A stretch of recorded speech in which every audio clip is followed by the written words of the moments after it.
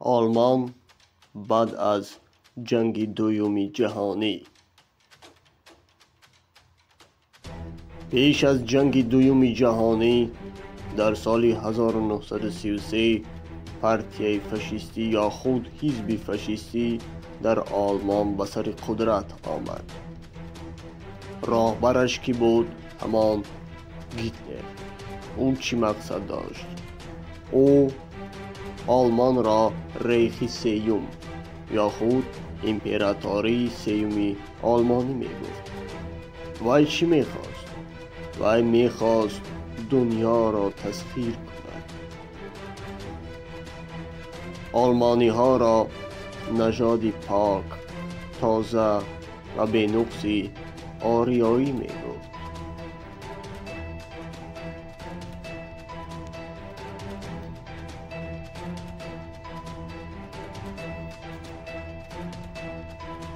با همین مقصدهای خود جنگ دوم جهانی را آلمان با سروری آدولف هیتلر آغاز کرد.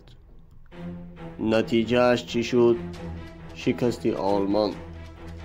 تاوان این جنگ را پس از مرگ هیتلر آلمانی ها پرداختند. شهرهای سوخته، خانه های خراب و دیگر چیزها.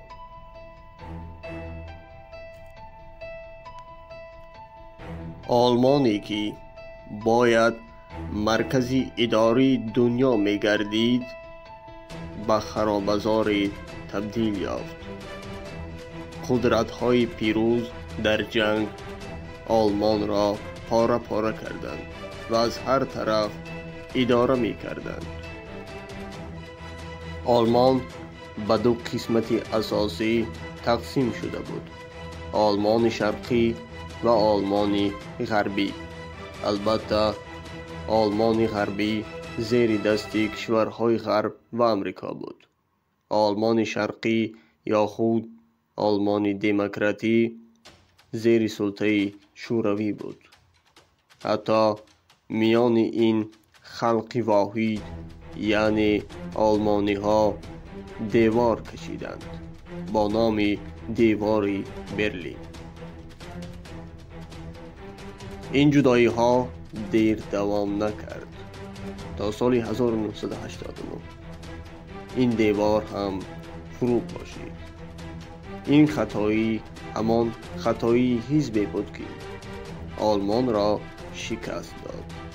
مردم عذاب کشیدند، رنج بردند، از خویشاوندان جدا شدند تا یک مدتی.